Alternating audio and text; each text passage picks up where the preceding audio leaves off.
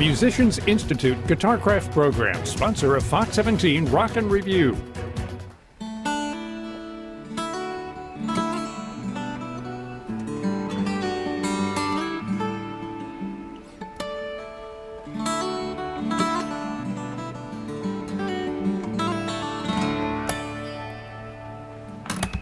Welcome to the Fox 17 Rock and Review. I'm so glad to have on Mike Dawes, to where he's one of the top fingerpick guitarists in the world. And I wanted to bring up about the Jimmy Page Riff-a-thon also. Wow. That takes me back. This guy has done his research. A couple days ago. Wow, yeah. So 2003, I was 13. I think I'd been playing electric guitar for about a year. Right. That was when you had your Les Paul, right? Yeah, I was playing a Les Paul. Big Guns N' Roses fan.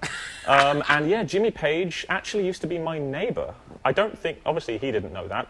Wow. But I definitely knew that, you know. Yeah. And I was living down in Surrey, which is very close. It's the area where they recorded Stairway to Heaven. Oh, yeah, the studios down there in a place with called Headley Down. And yeah, he did this guitar competition at the local music school, and it was all in aid of his charity. Right. And yeah, that was my first introduction to, I think, playing in front of people, and I ended up playing in front of Brian May and Jimmy Page, which was, oh my God, which was terrifying. Interesting story. You know, How the West Was Won, the amazing Led Zeppelin live album. There was an auction, and assigned How the West Was Won went for some crazy amount of money, and there was also a lucky dip there for £2, and I did it, got How the West Was Won from the lucky dip, and just got it signed. No right way. In front of the guy that paid all the money. Sorry. Wait, I was going to bring up too. We're going to talk music here in a minute with some cool amps, but I wanted to bring up also, Blues Brothers. You were really your parents turned you onto that. That was my introduction to music. Up. Yeah, totally. Yeah, that movie changed my life. I actually started on trumpet, I think, because of that. Right. My dad's a trumpet player and percussionist, right? And yeah, I just remember the scene with the nun and the whole falling down the stairs thing, and how traumatized I was as a child. But the music really stuck with me, and from then I went on to keyboards. Was introduced to Phil Collins and Another Day in Paradise, and would work out the melodies, and then I moved to guitar, and as soon as I touched the guitar, man, that was it, game over. Well, you can tell, you've done some amazing things too, Mike. We were talking about how many millions of views you've had with some of the things you've done on YouTube, with a couple hit songs. Right, my mum clicking refresh all the time, yeah? I don't think so. I think you have a lot of fans. Well, that's very kind of you. Especially they show up at the shows and everything else, and you've got a new album coming out this fall. Yes, September the 15th. I'm really excited. That'll be my second album. You say sophomore release over here? I think so. Sophomore album, yeah. Yeah, the first album I did, it's taken me all over the world, and the really cool thing about the internet, obviously, is that you never know who's watching your stuff. So I have an abnormal fan base in Cartagena, Colombia, or in a small village in Indonesia. You're or like something. Sugar Man. You have a niche. It's such a niche. Yeah, it's bizarre. But I actually play in the UK very little, and I think America is definitely the place that I've played in the most, and I've had such a nice response to. I think it's a combination of, obviously, this is a great country of great guitar players, right? But also I think the goofy English humor seems to translate over here more than it does in, say, Germany. It's so funny because, obviously, reading up on you and preparing, even though I knew your work, was that, sort of you have Monty Python-ish humor, which I'm very good with. Right, I love Monty Python. Apparently so. I'm just very dry, and sometimes it doesn't translate at all. Sometimes it's just like, I'll say something and But to all of us that enjoy British humor, right, well, we're with thank you very much. I think this is why the American audiences have been accepting of my awkwardness. You're very welcomed here. Thank you. Yeah. Well, I wanted to bring up, too, that you started working with some new technology on your guitars. And I wanted to bring up, you've got your custom-made guitar here. Absolutely, yeah. Who built this for you? So this was made in a converted garage in Germany, actually. In an amazing workshop from an amazing luthier named Andreas Kuntz. And I don't believe he's particularly known in the US, but this is my signature Andreas Kuntz model. It's such a beautiful instrument. It is. It's a piece of art, really. And I love that really. you built this scratch board for you, so too. this actually was a concept from another luthier, Nick Benjamin, over in the south of England. Right, and you've played those before, too. Yep. In fact, my first album was recorded entirely with Nick Benjamin guitars. The idea here is, well, I guess the way I would put it is so you don't Willie Nelson your guitar. So you don't get some nice... Which you might have done to your original Taylor. I think so, absolutely. And I saw pictures. And we've all seen Tommy Emmanuel's guitar, Yes. But it's nice. It's a little add-on, just a little piece of unfinished wood, so that when you scratch it, it's like this. You wear down sort of the soft bits of the wood. Right. The grain remains, and you get this nice sort of guiro percussive effect, which you can add into a few Sounds tunes. amazing. Well, let's take a look also at the Tonewood Amp. You've been with them for a while. ToneWood Amp, this guy. And look at this. It's such a unique piece of technology. It's my favorite and I would say this is a very expensive instrument, but the Tonewood applies on here through magnets. Yeah. Does no damage whatsoever. Not at all, no. And people say, you know, does it damage the guitar at all in any way? Perhaps this might bow. No, absolutely not. I keep this on all the time. There's a magnetic bracing inside the guitar, which I installed myself in like a few minutes. You just reach in, stick it in, and then this sort of seals to it, and it can come off very easily. It's again, I don't know how exactly it works. I mean, it takes the sound of the guitar's pickup and sort of through witchcraft and some kind of musical osmosis pushes it through the guitar and out the sound hole. So you've got delays and reverbs and all kinds of fun stuff. And even distortion. Even distortion, yeah. I mean, then do you save? Because I know, obviously, talking with the makers of it, when I tested out the original unit, you could store your own sounds too. Do you do that? Yeah. I mean, at the moment, I have 2 Tonewood amps actually. And I have braces stored in many guitars. Right. So I do have some presets for different guitars. That's what I mainly use it for, you know. So. And then you can also use it as a direct output. And exactly. then, or do an input as well. You can do anything. And also, if you keep it like this, say you forget to turn it off, it actually turns itself off. Really? Now, you said earlier when we were talking on the news too, Mike, that you wrote a lot of your new album utilizing this. Absolutely, yeah. It's an inspiration box. I mean, I use it whenever I play guitar now. I mean...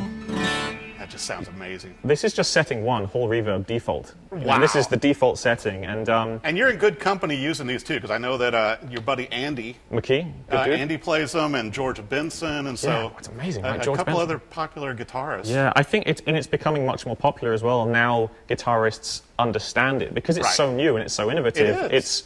It's not like saying I have this new pickup, for example, where everyone knows what a pickup is. Right. It is something that has never existed before, right? And I think the more people that start playing it, we meet fellow musicians in the world and we'll say, hey, give this a go, and they'll always fall in love with it. I think it's amazing. It definitely opens up the tonal spectrum of an acoustic guitar, whereas before we were kind of limited. Yeah, Unless you went into a floorboard, you know, of pedals that's and the thing. amps. It's practical and it's easy, and I'm a very lazy guy.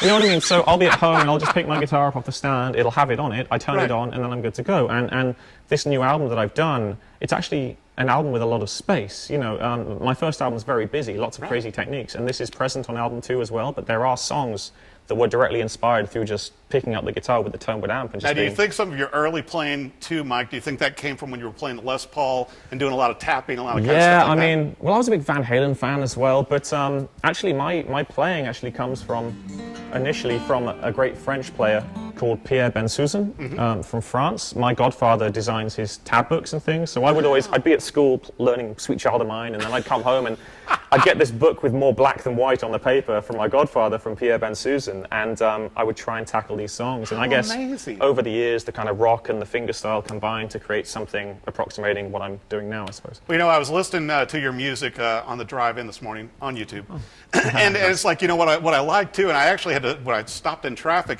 I had to pull up my phone and look for a minute, because I'm watching you doing all these thumping on top of the guitar with the drums up on top. Yeah. And then also playing the bass line and the lead. Yeah. You know, it's pretty wild. You can get a lot out of an acoustic guitar. You've got your bass, your guitar, your drums, like that. You make it look way melody too easy. On top. You know this song? Oh yes. I think a few million of your fans do too. It's everyone's favorite breakup song. Somebody that I used to know. There we go. Well, now I wanted to bring up too, Mike. You know, you've been working with DiMarzio pickups. Yeah. And you're working on a prototype signature model. Yeah, to be announced. But it's kind of new for DiMarzio. DiMarzio are known as like the 80s shred guys, aren't they? It's wild. But Larry's a big acoustic guitar fan, and I'm very fortunate that I was sort of the first, I think, acoustic artist he reached out to when we wanted to try something new. So I actually developed this Black Angel magnetic pickup with them, which is a passive magnetic pickup with a phase switch. And obviously, acoustic guitar players like to use lots of different pickups sometimes to combine sounds. And like you brought up also, when you're doing the bass line up on top of the guitar, you need the pickup there as well. You need a very even spread, and magnetics are great as well because you can add effects like distortion and octave without, you know, affecting so much the percussive element, know, because it's just focused on the strings. So it's a very clean sound. I mean, it's amazing. Well, and also with your Tonewood amps, I mean. Yeah. The Tonewood amp right now is being fed just the piezo signal, so it gets a nice, diverse cross section, you know, of the guitar. It's amazing. Yeah, it's an inspiration box. Like I said, I use it in the studio, I use it for composition, and actually at my shows. Recently, I've just been unplugging and doing one song with it, and I'll walk around the audience just playing, so people can actually hear it as well. The audience has to love that. And it's not, you know. I'm not the kind of guy that, I'm not like a racing driver wearing lots of sponsors on my jacket, you know what I mean? Like, I want to talk about things I really believe in, and this is genuinely a life-changing thing for me as a guitar player and as a musician. Right. This is something that I'm integrating into my show, not because anyone's asked me to, it's because I believe in it, and it sounds so good. Right, and it works fine with your capos and everything like that you use too? It's literally just business as usual. Wow. You can play it standing up, sitting down, you know, as long as you have a pickup, you just plug into that, sticks onto the back, there we go. Yeah. Amazing stuff. It's wild. And you're going to have the new album coming out in September? Era, September the 15th. All right. And so where's the best place for fans and viewers to find you on social and on the web? All of that stuff. It's the million-dollar question in 2017. Like, how do you get your music out there, right? But anyway, I mean, my name's Mike Dawes, DAWES.com, Facebook, Instagram, all of that stuff. And maybe on YouTube also. Maybe on YouTube as well. Absolutely. Absolutely. Well, thanks for talking with me about Tonewood Amps. And just so great chatting with you and hearing the great music. I can't wait to hear more. Thanks, man. Yeah, Once again, check him out. Check him out on YouTube. Go see him live. I mean, I think Mike is one of those artists that really comes alive and brings the most out of an instrument for a live audience. So, and thank you very much. Can't wait to hear the new album. Pleasure. Looking forward to it. Mike Dawes. Thanks for watching the Fox 17 Rockin' Review. Musicians Institute Guitarcraft program, sponsor of Fox 17 Rock and Review.